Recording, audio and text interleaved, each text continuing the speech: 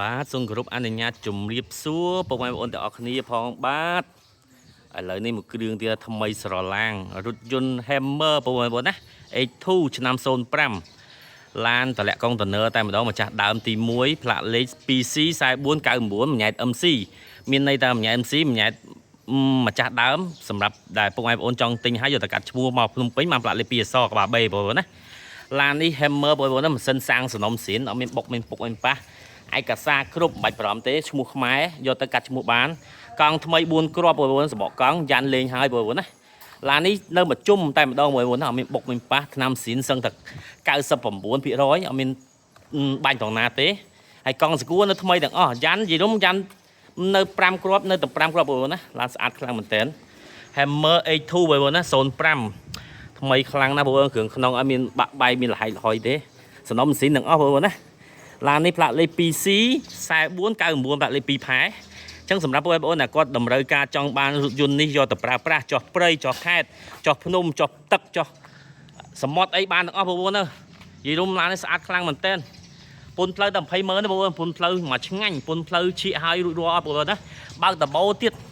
ឡាននេះបលាំងដាស់លឿននៅទាំងអស់សំណុំទាំងអស់បងប្អូននេះអញ្ចឹងពុកម៉ែបងប្អូនដែលគាត់ស្រឡាញ់ប្រភេទរថយន្ត Hammer H2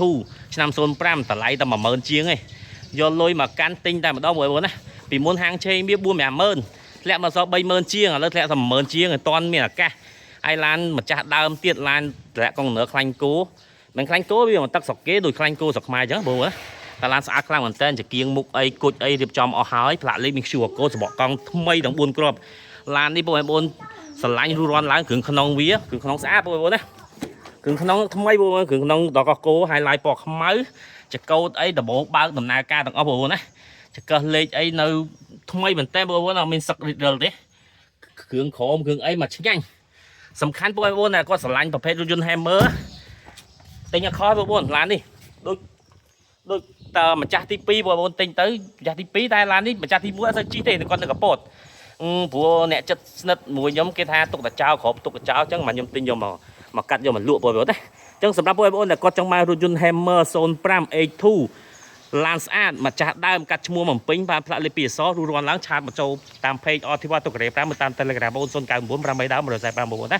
សម្រាប់បងប្អូនចង់បានរួចរាល់ឡើងគេយកបាត់ស្ដាយទៅលើយូរកាត់បានមួយគ្រឿងឡានស្អាតចឹងកម្រមានណាបងប្អូនណាអញ្ចឹងចង់បានឆាតចូល page ឬតាម Telegram បងប្អូន099 8ដើម145អរគុណច្រើនជំរាបលាទាំងអស់គ្នាបងប្អូនអរគុណបាយបាយ